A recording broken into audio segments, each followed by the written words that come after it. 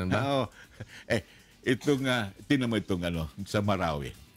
Ang pulisya ng gobyerno ay destroy and rehabilitate. Di ba? Nasira yung Marawi because of this declaration of martial law. Nabigyan ng impetus yung militar to have violent air strikes and land assault offensive. But why would you blame martial law for the destruction of Marawi? Di ho ba, halimbawa, walang declaration ng martial law?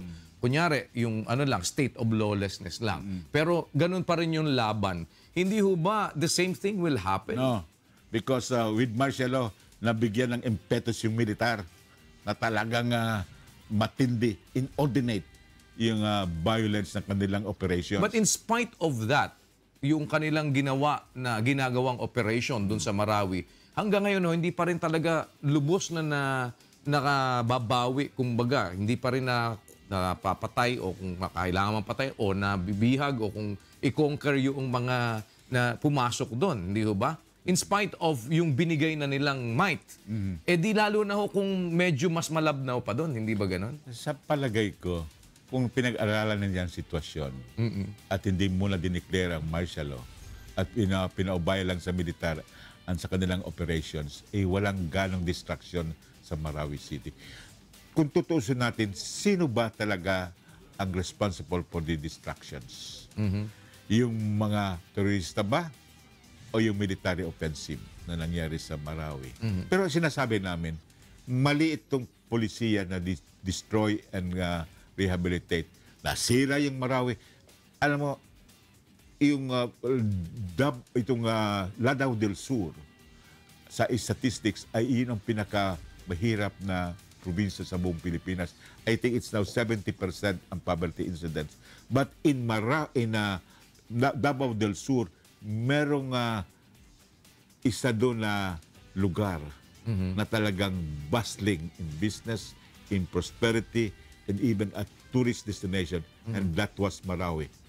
From a charming city, it has been reduced to rubble. Pero hindi ba kahit naman hindi nagdeklara ng martial law, pwede naman gawin din ng militar yung ginawa nila ngayon na opensa doon sa ano? Kailangan gawin nila, pero hindi ganun katindi na talagang yung na-displace yung mga civilians at maraming distraction sa private and public property. Pag hindi ho ganun katindi at mas less doon, lalo nilang hindi Sana, Kuya Daniel, na pag-aralan nilang mabuti. Naayos nila sa kanilang military intelligence at na-ferret out yung mga terorista without extensive destruction of the city. Paano po yung pag-aaral na yun? Hindi ho ba parang too late na sila kung noon pa lang sila mag-aaral dahil nandoon na ho yung yung mga maute tsaka yung mga terorista. Yung mga maute naman talaga are indigenous to that place. So, talagang marami sila doon na support. Pero may mga nakapasok na din na iba, hindi po ba? Oo. Kaya't, no. So, kulang sila ng intelligence sa tingin nyo, gano'n? Palagay ko kulang yung military intelligence. At palagay ko naman, nabigyan sana yung presidente ng tamang reports. Bago dineklara ang martial law, noong 23 May ngayon taon, hours before the declaration, lahat na military officials, responsible military officials doon, ay nagsasabi that the military was under control of the situation. And the military was on top of the situation. Ito lahat ay sinabi ng mga military officials. About 20 minutes before the declaration of martial law, sinabi na naman yan that the military was in control of the situation.